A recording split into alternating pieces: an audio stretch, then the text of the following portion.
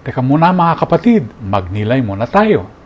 Natuklasan ni Antiochus na bumabagsak ang mga imperyo.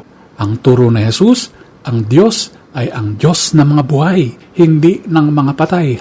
Sa kapistahan ngayon ni Santa Cecilia, pagtuunan natin ng pansin ang isang invention, ang photophone ni Alexander Graham Bell noong 1880 na nagpadala ng tunog sa sinag ng araw.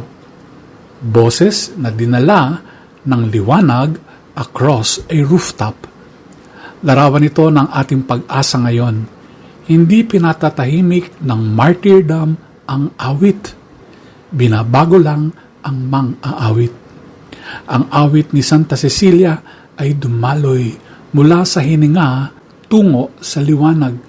Iniakyat sa presensya ng Diyos na buhay. Habang nagtatalo ang mga Saduseo tungkol sa kasal sa libingan, ang sagot ni Jesus ay patungkol sa ugnayan sa Diyos na lampas libingan. Kaya't itugma ang awit ng iyong buhay upang tumugtog ito sa hangin man o sa liwanag.